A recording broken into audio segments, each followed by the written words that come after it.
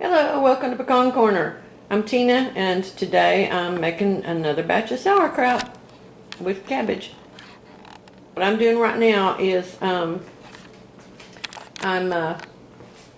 just slicing up my cabbage on a mandolin. I'm very clumsy, so I use a leather glove. I keep a pair of gloves just for using with the kitchen, the mandolins. And I guess I should use my little thing too here. This is the only way to do this. And then when I get down low, I don't try to push it. When you get down to where you've only got a little bit left, I just set this over to the side and I'll cut that with a knife into the size pieces that I want for this. I'm left-handed, but you'll see I'm doing this with my right hand. Part of the reason for that is most of these implements are designed for right-handed people, and so they're actually designed for your dominant hand to be doing it, or for the right hand to be doing this. When I try to do this using my left hand as the pusher, it actually falls apart, and the little guard that determines the size of the slices keeps popping out. So I had to switch. This doesn't take long. I'm going to go ahead and chop up my other cabbages, and then I'll be back.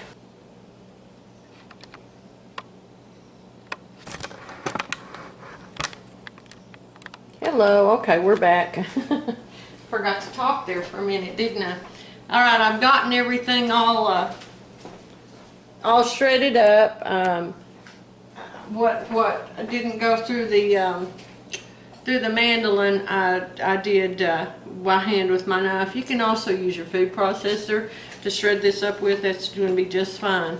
Now, I've got I've weighed this, and I've got about 4 pounds of cabbage in each bowl. You want anywhere from about half a teaspoon to 2 teaspoons, 3/4 of a teaspoon to 2 teaspoons of salt per pound of cabbage. When you're doing this, I'm going to use a tablespoon of cabbage in each bowl, and so that'll be. I might add an extra teaspoon to grow on. A tablespoon is equal to 3 teaspoons, so that's there we go. And then let's add another teaspoon. So I'm going to add a teaspoon of salt per pound of cabbage this time. You can add up to 2 teaspoons, especially when it's still pretty cool here now, but in the hot summer I might add 2 teaspoons of salt because it'll ferment faster, and we really want to protect against the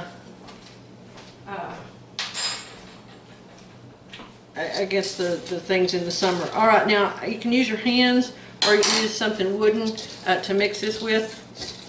Although I'm mixing it right now in metal bowls, I'm gonna, once I put it into my glass jars to start fermenting, I don't ever want to touch it with anything metal again. So when it's fermenting, we don't put our hands in it, and we don't put metal spoons, or we don't let metal lids touch it or anything. So it just stir it up, you know, mix it up to get that salt throughout the whole batch. You can also just layer it. Okay, there we go. Now I've got a sterile glass jar that I use, and I have found another jar that fits beautifully right inside of it, that I fill up with water, and I use that as my weight for it. So now what I'm going to start doing is I'm just going to fill it up.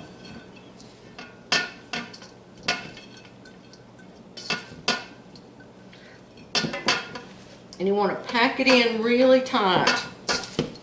We're gonna mash on it really tight, mash it down in there, get it.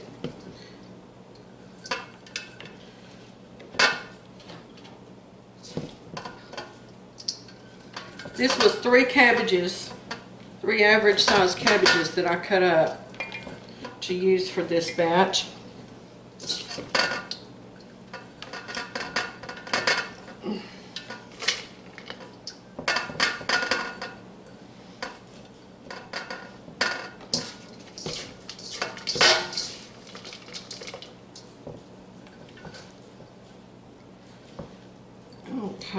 Now then. See, my 4 pounds just really fits in here really good. Gonna leave plenty of space for my brine.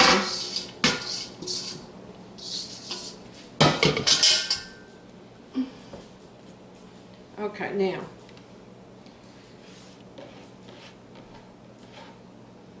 all my cabbage in there. Right, now then, I'm going to put my brine in there. Okay, now I've boiled my water. I made my brine. Now you can stamp this down. You can mash it down until you squeeze enough liquid out of it to cover itself. But I just go the easy route, and I just use boiled water. To 1 quart of boiled water, I'm going to add 1½ teaspoons of salt. And this is cooled water. You don't want to put hot water over your cabbage.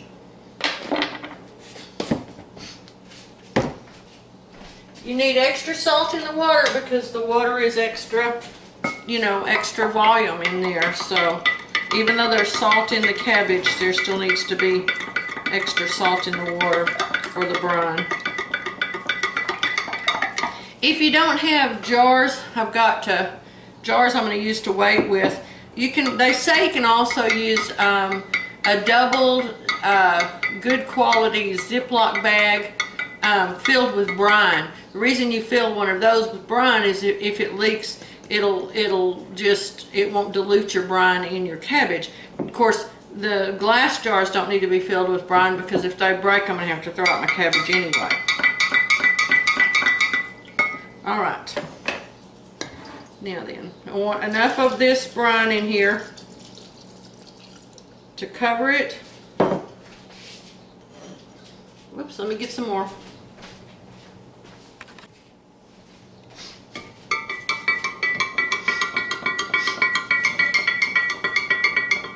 Okay. Want enough to cover all my cabbage.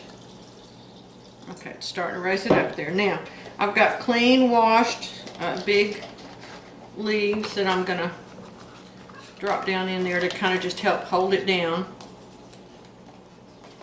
under the water. You want all your cabbage to be under the water. That's the whole point of this, is to keep it down. And you don't want to put a lid on it because you don't want it to be airtight, but you do want it to be covered enough that nothing can get down into it. All right, and there goes my weight. Oops, got too much. Pour off some into this one. Okay, let's see if this will do it now. There we go. Okay. Now the weight, see, is holding my cabbage underwater. There's a little bit floating, but over the next day or two, that will get a little liquid in it and it'll stop floating. Get all that down off of there. Okay. All right, there's that one. Done. There we go. And now this one.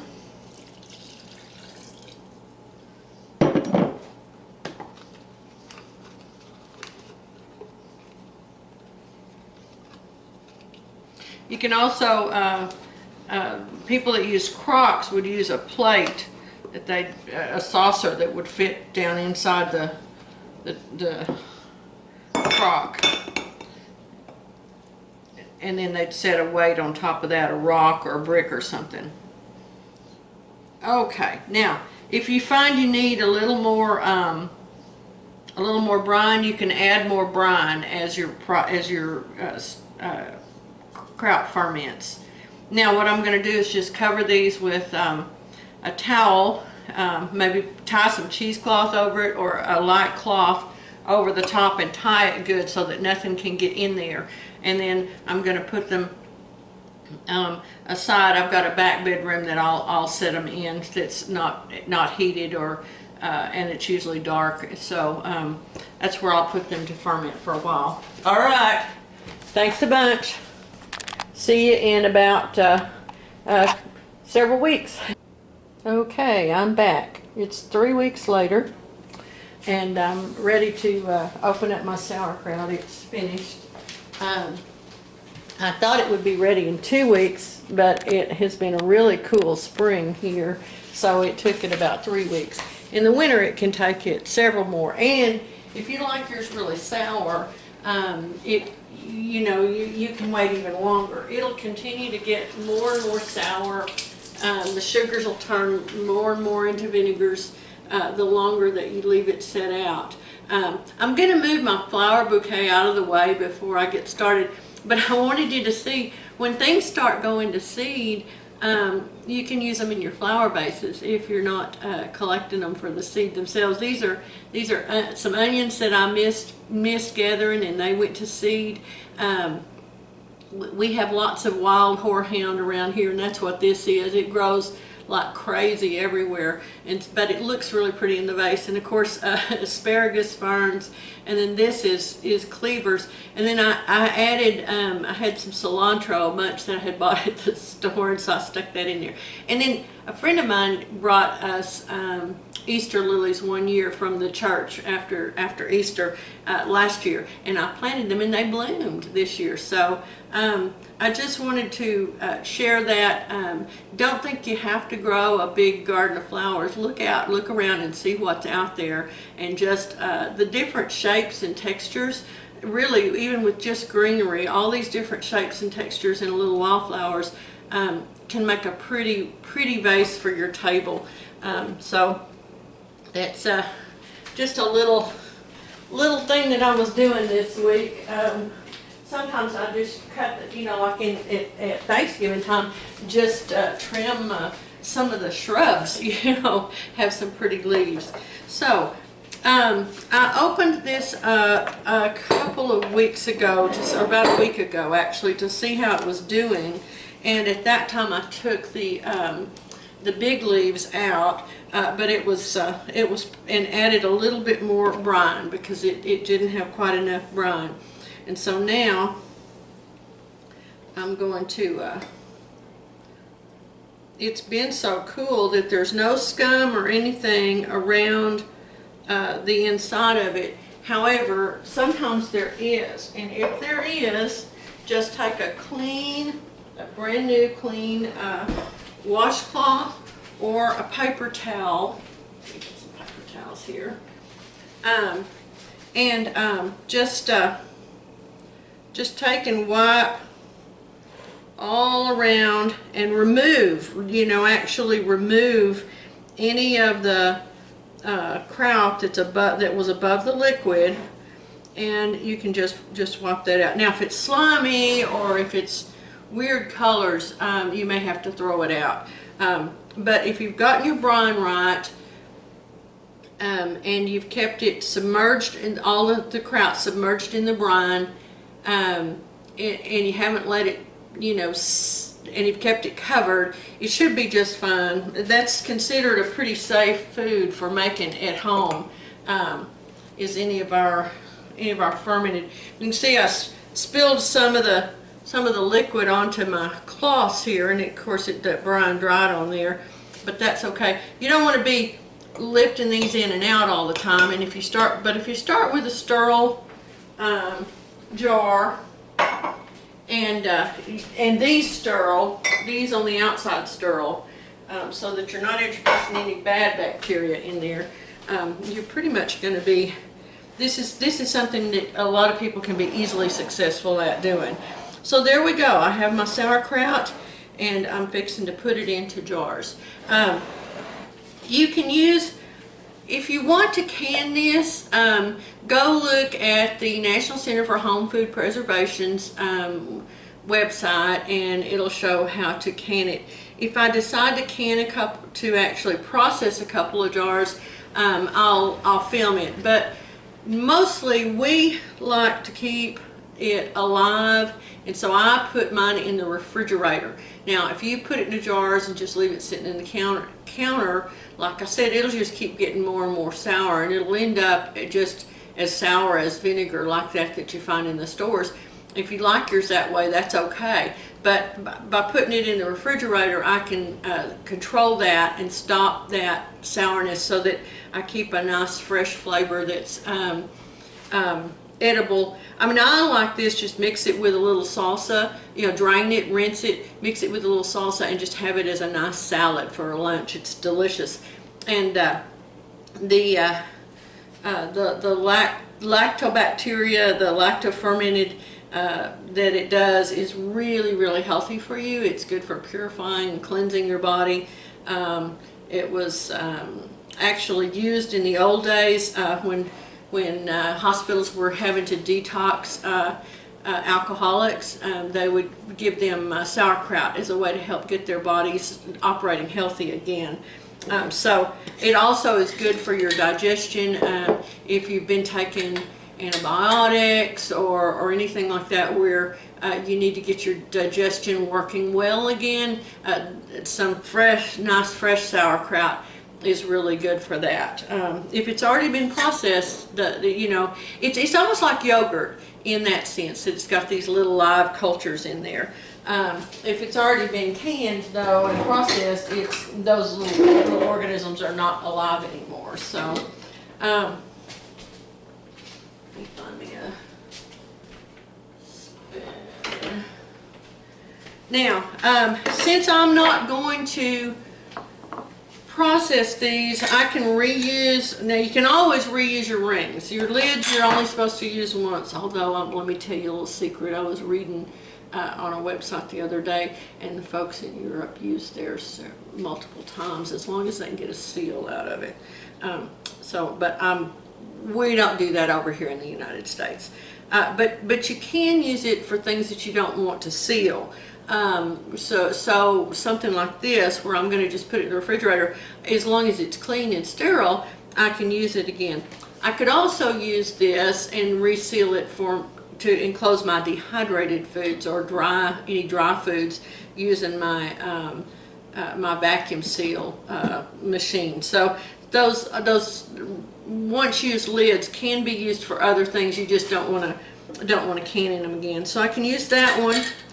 You can also use, if you happen to have just regular lids, or I don't buy these special ones for canning jars, but I happened upon some at a garage sale or a thrift shop or something, and so I ended up with some. You can use those if you're just storing in the refrigerator, and then of course your new lids. Now, this is what I wanted to talk about.